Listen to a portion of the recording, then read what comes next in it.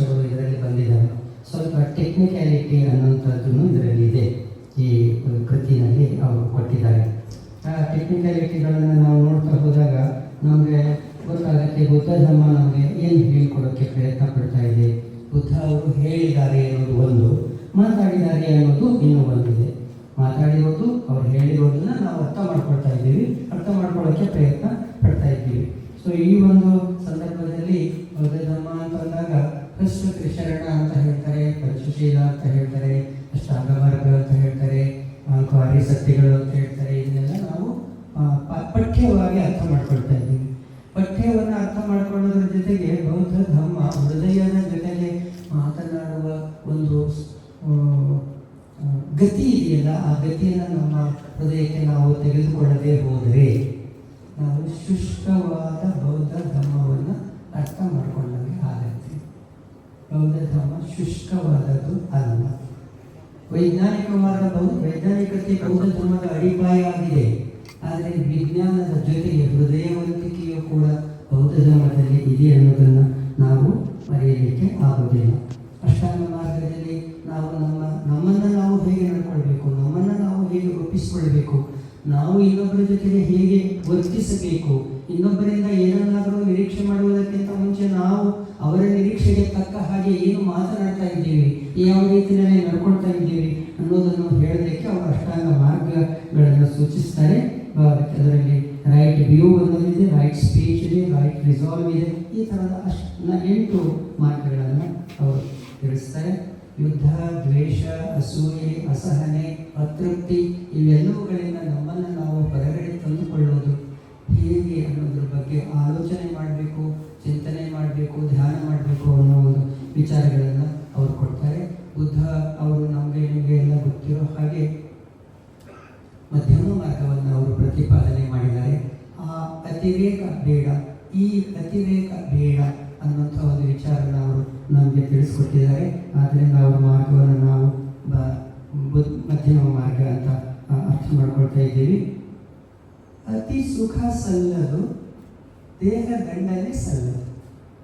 ಇವೆರಡರಲ್ಲಿ ನಾವು ಬುದ್ಧ ಅವರು ಹೇಳೋ ಆ ಅತಿರೇಕ ಬೇಡ, ಈ ಅತಿರೇಕ ಬೇಡ ಅನ್ನೋದನ್ನು ಸುಲಭವಾಗಿ ಸ್ವಲ್ಪ ಅರ್ಥ ಮಾಡ್ಕೊಳ್ಬೋದು. ಅವರು ಇದೊಂದು ವಿಚಾರ ಇದೆ, ಚರ್ಚೆ ಮಾಡೋಣ, ವಿಚಾರ ವಿನಿಮಯ ಮಾಡೋಣ. ನಾನು ತಪ್ಪಿರ್ಬೋದು, ನೀವು ತಪ್ಪಿರ್ಬೋದು, ನನ್ನ ತಪ್ಪನ್ನು ನೀವು ಹೇಳಿ, ನಿಮ್ಮ ತಪ್ಪನ್ನು ನಾವು ಹೇಳ್ತೀವಿ. ನನ್ನ ತಪ್ಪನ್ನು ನಾವು ಅರ್ಥ ಮಾಡ್ಕೊಳ್ಳುವಾಗ ಯಾವುದೇ ಕೀಳರಿಮೆಯನ್ನು ಬೆಳೆಸ್ಕೊಳ್ಳೋ ಅವಶ್ಯಕತೆ ನನಗೆ ಇರೋದಿಲ್ಲ. ನಿಮ್ಮ ತಪ್ಪನ್ನು ನಾನು ತೋರಿಸುವಾಗ ಯಾವುದೇ ಧಾರ್ಷ್ಟ್ಯವಾಗಲಿ, ಯಾವುದೇ ದುರಹಂಕಾರವಾದರೂ ಆಗಲಿ ಇರೋದಿಲ್ಲ ಅನ್ನೋಂಥ ಒಂದು ಗುಣದಿಂದ ನಾವು ಪರಸ್ಪರರನ್ನು ಅರಿತುಕೊಳ್ಳುವ ಪ್ರಯತ್ನ ಮಾಡಬೇಕು ಅಂತ ಈ ಒಂದು ಕೃತಿಯಲ್ಲಿ ಸ್ಪಷ್ಟವಾಗಿ ಬುದ್ಧ ಹೇಳಿರುವುದನ್ನು ಸುಜ್ಞಾನಮೂರ್ತಿಯವರು ನಮಗೆ ದಾಟಿಸಿಕೊಟ್ಟಿದ್ದಾರೆ. ಅದೇ ರೀತಿಯಲ್ಲಿ ಒಂದು 3-4 ಕಡೆ ಈ ಕೃತಿಯಲ್ಲಿ ಮಜ್ಜಿಮ ನಿಕಾಯದ ಒಂದು ಗಾಥೆಗಳು ಇದರಲ್ಲಿ ಕಂಡುಬರುತ್ತವೆ. ಆ ಎಲ್ಲ ಗಾಥೆಗಳು ಕೂಡ ನಮ್ಮ ಬದುಕಿಗೆ ಒಂದು ಮಾರ್ಗದರ್ಶನ ಕೊಡ್ತಕ್ಕಂಥ ಅಂಶಗಳನ್ನು ಹೊಂದಿದ್ದಾರೆ.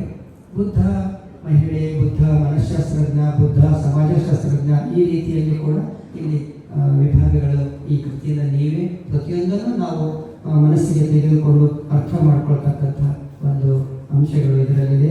ಕಾಶಿ ರಾಜ ಬ್ರಹ್ಮದತ್ತ ಮತ್ತು ಕೋಸಲದ ರಾಜ ದಿಘೀತಿ ಇವರ ಮಧ್ಯೆ ನಡೆದಂಥ ವಾದ ವಿವಾದ ಏನಿದೆ, ಒಂದು ಬಿಕ್ಕಟ್ಟು ಮೂಡಿದಾಗ ಆ ಬಿಕ್ಕಟ್ಟನ್ನು ಬಗೆಹರಿಸಿಕೊಳ್ಳೋದಕ್ಕೆ ಈ ಇಬ್ಬರೂ ಮಹಾರಾಜರು ಕಂಡುಕೊಂಡ ದಾರಿ ಯಾವುದು ಅನ್ನೋದನ್ನು ನಾವು ಅರ್ಥ ಮಾಡಿಕೊಂಡಾಗ ನಾನು ನನ್ನ ಸಂಬಂಧಿಕರ ಜೊತೆ ಆಗಲಿ, ನನ್ನ ಮಿತ್ರರ ಜೊತೆ ಆಗಲಿ, ನಾನು ಕೆಲಸ ಮಾಡ್ತಾ ಇರೋ ಕಚೇರಿಯಲ್ಲಿರ್ತಕ್ಕಂಥ ಅಧಿಕಾರಿಗಳ ಜೊತೆ ಆಗಲಿ, ಅಥವಾ ಸಮಾಜದಲ್ಲಿರ್ತಕ್ಕಂಥ ವಿಭಿನ್ನ ವ್ಯಕ್ತಿಗಳ ಜೊತೆ ಆಗಲಿ ಯಾವ ರೀತಿಯಲ್ಲಿ ನಾನು ಸಂಬಂಧವನ್ನು ಬೆಳೆಸ್ಕೊಂಡು ನಾನು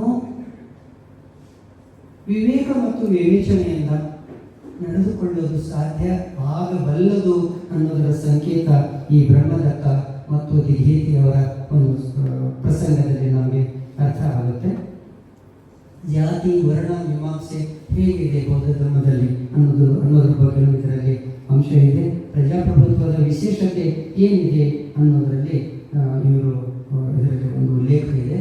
ಅದರಲ್ಲಿ ಒಂದು ಚಿಕ್ಕದೊಂದು ಅಂಶ ನನಗೆ ಸ್ವಲ್ಪ ಕಿರಿಕಿರಿ ಮಾಡ್ತು. ಆ ವರ್ಡು ಸುಜ್ಞಾನಮೂರ್ತಿಯವರು ಬ್ಯಾಲೆಟ್ ಪೇಪರ್ ಅಂತ ಒಂದು ಬಂತು, ಅದು ನನಗೂ ಗೊತ್ತಿಲ್ಲ. ಅದು ಅವ್ರ ಜೊತೆ ನಾನು ಇನ್ನೊಂದ್ಸಲ ಮಾತಾಡಿ ನೋಡ್ತೀನಿ.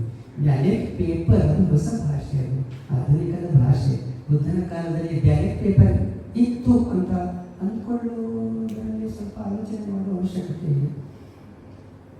ದಾನಶೀಲ ಭಾವನೆ, ಇದರ ಬಗ್ಗೆ ಕೂಡ ಇದರಲ್ಲಿ ಅಸ್ತಿತ್ವ ವಿಚಾರಗಳಿದೆ. ಈ ಥರದ ಇನ್ನೊಂದು 4 ಮಾತುಗಳನ್ನು ಹೇಳಿ